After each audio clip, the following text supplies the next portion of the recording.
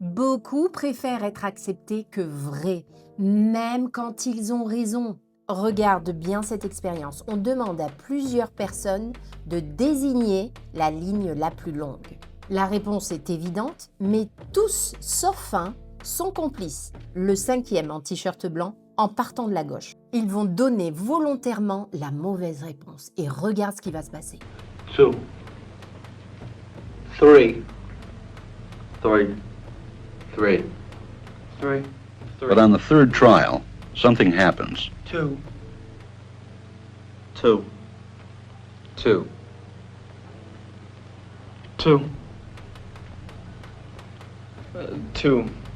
Et là, tu vois que celui qui n'est pas complice sait que eux se trompent. Mais il hésite déjà dans son corps, il regarde un petit peu, il a une hésitation nerveuse, puis il finit par dire ce que le groupe dit ensemble à la majorité, même en sachant que c'est faux. Et c'est ça le conformisme, ce besoin d'être accepté, de ne pas déranger, de ne pas être celui qui sort du cadre. Et si sans le vouloir, on faisait vivre ça à nos enfants? Quand on leur dit « fais comme tout le monde, sois sage, ne fais surtout pas d'histoire », on leur apprend parfois à douter d'eux, à taire leur vérité juste pour être aimés. Alors la prochaine fois qu'il dit non, qu'il t'agace, qu'il argumente ou qu'il répond avec ce ton qui t'agace, rappelle-toi, il n'est pas en train de te provoquer, il est en train d'apprendre à être lui.